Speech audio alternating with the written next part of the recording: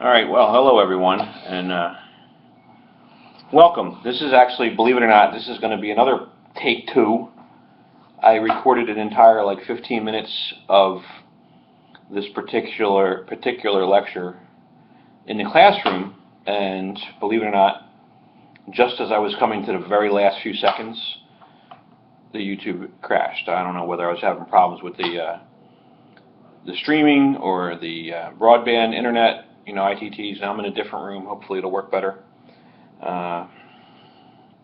It might actually be shorter, so you probably all be cheering because I won't go through as much because I put all the notes away and everything. But anyway, first of all, we want to review what we did today. As you know, we did our current events discussion. We talked about the train, the people that took down the terrorists in a train over in France. We talked about the police officer killed in Philadelphia over the weekend in a car crash. A little bit about Kathleen Kane, the Pennsylvania Attorney General, who had a 4-hour preliminary hearing yesterday and still comes out where she's going to have to stand trial on her various charges that were proffered against her a while back. So I don't know what who she's going to blame this one on. Is the judge in cahoots with everybody else that just wants to shut her up? And I don't believe it myself, but hey, we'll see. She's going to go to trial, get judged by a jury of her peers, and we'll see what the outcome is. So that was very interesting. And then we did a little discussion of technology. One thing I do want to throw in here, something totally new and different. I just completed a webinar that I took after class from 2 to 3 p.m. with the International Association of Chiefs of Police, and it was called Looking Back, Looking Forward. And it was a discussion with the current president of the International Association of Chiefs of Police and the president for the coming year. And one interesting technology tidbit that the new president talked about that they want to look into is speech commands for officers in police vehicles. There apparently are a significant number of traffic crashes that officers are getting involved in because of the technology in their vehicle. We all know in many states it's now illegal to text while you drive. But at the same time, police officers have computers in their vehicles, plus they have the radio, and they have the controls for the lights and sirens and other stuff that's in the vehicle that needs to be controlled. And some of that actually needs to be operated while you're driving the vehicle down the street. In some cases, maybe you're in a high-speed pursuit. So with all the technology, as you know, anybody who has an Android phone or anybody who has an iPhone, you can tell your phone what to do. Whether it's through Siri or through, if I say, okay, Google, do this, I can look stuff up, I can call people. Even in my car, I have the ability to go, hands-free and tell my car and my phone what I wanted to do. But so far, that type of technology for all the stuff that's in the police vehicles, tying it all together so that an officer could say, and I don't know if anybody watched Star Trek, but if you like Scotty, to say, computer, and run me a tag, or whatever the command would be. There would be specific commands where you could call out to get the attention of the computer, and then tell it to run a license plate, tell it to run a driver's license, whatever it is you want to do while you're operating your vehicle. Or maybe you would call it for, turn on the camera, turn on the lights and sirens in the vehicle, change my radio channel from channel 5 to channel 1. And that's something that I've had to do in a pursuit situation. They want you to go to a different channel so they can isolate the pursuit, but they make the people involved in the pursuit change channels while you're trying to drive the car. And you got to reach over and switch the channels, and hopefully, back in the old days where you just had a knob that you could turn, you could go 1, 2, 3, and I'm on the next channel. But now you got push buttons and you got digital displays, stuff that you got to pay attention to. Very, very difficult because it could be very distraction. You take your eyes off of the road for just a minute in a high-speed pursuit, and you could be history. So that was an interesting piece of technology that the IACP, International Association of Chiefs of Police, is going to be pushing for. Next thing we did, we had a brief overview of the Incident Command System. And if you look at the Facebook CJ Resources page, there are links to like 2 or 3 different overviews of the Incident Command System. So those of you that weren't in class the two of you who weren't in class, Jeffrey and Colin. If you look at those videos, give you a little bit of overview. And I like the one there's one that's comical. It's like these little figures and computer-generated voices and all, and it seems stupid when you watch it, but if you pay close attention to it, it goes through the process of first arriving, getting dispatched to an incident, first arriving at an incident, taking command of the incident, transferring command to somebody superior, later on transferring command to other people that show up, having a unified command, setting up different sectors, branches, units, groups, whatever, going through all the process to handle the incident. And that particular incident was a traffic crash involving a truck turned over leaking anhydrous ammonia, which is pretty nasty stuff. And they go through the process, which is the same process that you're going to have to do in your tabletop next week. So we did a little review of incident command, and then we jumped into the tabletop, which was, I felt very engaging because everybody was engaged. I was a little concerned that it was going to be taken too simplistically and, rush, and let's get out of here.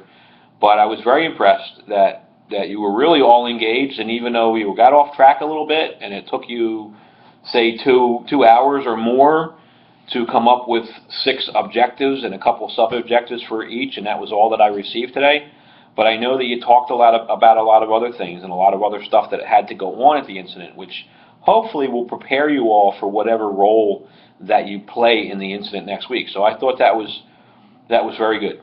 And then, of course, the last thing we did was to get everybody going out and using the rest of their time, which was approximately an hour and a half, to finish and turn in any pending assignments. So if you did not do that while you were here, you need to get those assignments to me. I wanted them today. I cannot be having stuff handed in to me next week. If you have some issues, call me, text me, send me an email, tell me why you couldn't stay and turn your stuff in today. Those of you that have not uploaded Project Phase 1, you still need to do that. And we did identify a problem with that, and I mentioned it to the class. I don't know if everybody heard it, and the guys that weren't here, you might want to know, in that apparently the Internet Explorer that we use in the LRC and all the labs and in the classrooms, for some reason the ePortfolio is not working for the upload. But if you switch to Google Chrome, which if you have it at home you can do it, if you come into one of the labs you'll just have to go into the search box and search for it because it's not on the desktop and it's not in the regular start menu. I mean, it's there buried somewhere, but if you just do a search and type in Chrome, it'll pop up. You can open up your ePortfolio using Chrome, and then you should be able to do it from there. If you need help with that when you're on campus, grab me, and I'll be happy to walk you through it. I walked Gerben through it today because he's the one who had the problem, wanted to upload his stuff and couldn't do it, and we decided to try Chrome and see what would happen. And it worked flawlessly, perfectly. And then, of course, after you upload that document, it needs to be shared. Your item needs to be shared. And one thing that I forgot to do with Gerben, and Gerben, you're going to have to do this, is you have to drag and drop that file that we uploaded onto your course portfolio page. So right now, and I just thought of this just now, if I go into your ePortfolio, I'm not going to see that document because even though it's in your files, I can't access your files. You have to drop the link in your course portfolio page. And that's simply going to the files and following the commands for dropping a link. And again, if you have problems with that, I showed everybody in class, and that was the one thing that we were trying to work out Gerben's problem I actually forgot to do. So get in your stuff. Project Phase 2 was due today, and I explained in the previous lecture what Project Phase 2 was supposed to be and how much detail was required. So if you did not watch the lecture that I put out on Sunday, I actually did one on Saturday, but YouTube screwed me up again. I don't know why, but it didn't process. So I redid it on Sunday, sent it out. Go into the YouTube page, looking at CJ 132 Justice Administration course lecture folder, and find the intro for week 10 and the week 10 lectures, and watch that one. And then, I'm sorry, the intro for week 11, which is the one for today's class. And that's just, there's no slide deck in it. It's just a straight lecture, about 10-15 minutes, I think it was, and we'll go from there. All right, so what do we need to accomplish between now and next week? All right, between now and next week, you need to make sure that you are very familiar with Incident Command. As part of our tabletop exercise that we're going to do next week, which is going to be another 2 hours, and I'm going to get you started at a certain time, and then I'm going to cut you off. Wherever you are at a certain time, I'm going to cut you off. While you're doing the exercise, you're going to be filling out the appropriate forms and taking notes, and I'm going to cut you off. At the time I cut you off, you're then going to write up your summary of what happened, and that'll take 15 minutes, and that'll be it for that exercise. And after that's complete, then you're going to have to do, we have a quiz on chapters 15, 16, and 17. So what do you need to do this week? Make sure you're on target with Incident Command.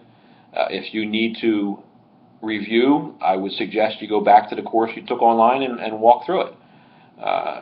There's also all the materials for that Incident Command course. If you actually want a slide deck, PowerPoint, and whatnot, you can download it from that page there where you took the course.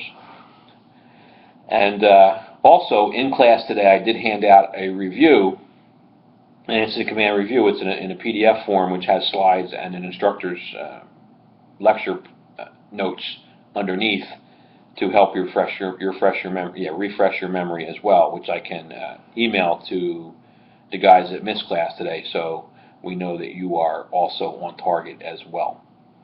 So, again, refresh your stuff on Incident Command, and then you need to study chapters 15, 16, and 17.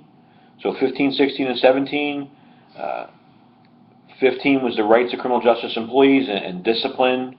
So you need to look at, how do we handle an officer who's violating department policy, committing crimes? What are the steps involved in that process? What rights do they have? Free speech rights and what have you while you're a member of a police agency. That chapter 15, look at it in your ebook, and the lectures are available if you want to watch them again, right in the folder here. And then chapter 16 was the one on finance and budgeting. Remember, we did the budgeting exercise in the classroom. Look over that. Look at what the different types of budgets are. What's the process for creating a budget, and take that from there. And just be ready. It's a short quiz. I think it's 10 to 15 questions, but you need to look at that chapter. And then 17 was simply technology. And we'll ask some basic questions about what kind of technology is available for law enforcement today, and we'll probably have a few extra credit questions for you. Extra credit question. Gee, can I think of one right now with regard to technology? Okay, I'm going to ask you to fill in the blank. Tell me what was the technology that I just mentioned in this lecture that the International Association of Chiefs of Police wants to push for next year. If you didn't catch it, roll back and watch, because I told you it's a technology that's available to most of you on your smartphones that's currently not available to police officers pretty much around the country, which could save a bunch of lives. So that'll be an extra credit question for the quiz next week as well, and probably worth like 5 points or so. So remember, if you have any questions, you need anything, if you're trying to complete your assignments by today's due date and you have questions, you're not sure about stuff, well, call me, write, whatever. You have all my contact information. You got my phone number, email address, and whatnot. Remember, the email is fplunkett@itt-tech.edu. Phone number for the cell is 609-379-2537. You can also text through that number. And my desk phone in the office at ITT is 215-702-6345. So I hope you're doing well, and I look forward to finishing up this class next week. Remember, I believe most of you are scheduled to go into the criminology class next quarter, and we'll have an additional 7 people joining us. I don't know if there's anybody else that might be joining us who's a reentry, but we have the 7 people that are presently in the Intro to CJ class are also going to be in the criminology class next quarter. We are going to be doing this type of lecture format, but we'll also be using something called Edmodo.com, and I sent you all an email on it. If you didn't get the email, let me know. And there is a pre-course quiz or survey on there that I need you to take to test that you can use the Edmodo system. There is also a discussion question for the first week that's already there. We're going to do discussion questions, at least one a week, with you need to respond, and then you need to read the responses of others and then respond to at least 2 of those. It's been found that in virtual education that having people not only post their own, but then responding to 2 other people's, it shows that you have to kind of read what's there, and then you do learn a lot from each other, which hopefully that's what we did today. Hopefully we learned a ton from each other in fleshing out the incident command, and next week we're going to learn a lot more, because next week's going to be a little different. You're going to each be assigned roles, and what I'm going to do is I'm going to have roll cards made up, say 15 roll cards. I'm going to give you each a roll card. Some people will have duplicate roles because we need, there might be more roles than we have people. And I'll give you like 5 minutes to maybe trade. So if I give somebody the incident commander role and you're not comfortable in that role, maybe you can get somebody else to take over that role. I know we had a couple of people who were kind of had a take charge attitude, who I think could very easily fulfill that role. One basically took control of today's exercise, and but there were a couple people that were really heavily involved and did a really fine job today. So again, if you have any questions, call me. But the other thing that's going to be going on, you're going to have your roles, and you're going to go through the exercise, and then periodically throughout the exercise, I'm going to throw you updates, and you're going to have to react or respond to those updates. So maybe you have 5 EMS people that went in to treat a bunch of your sick people, and then a bomb went off. Now what? EOD, additional EMS, evacuate everybody that you can get out of the building and take them somewhere else. There's a lot of different issues you're going to have to address, and one is going to be, where else can we take people? Some of the things that you did not address really well today is as far as the evacuation of people, where do we take them to?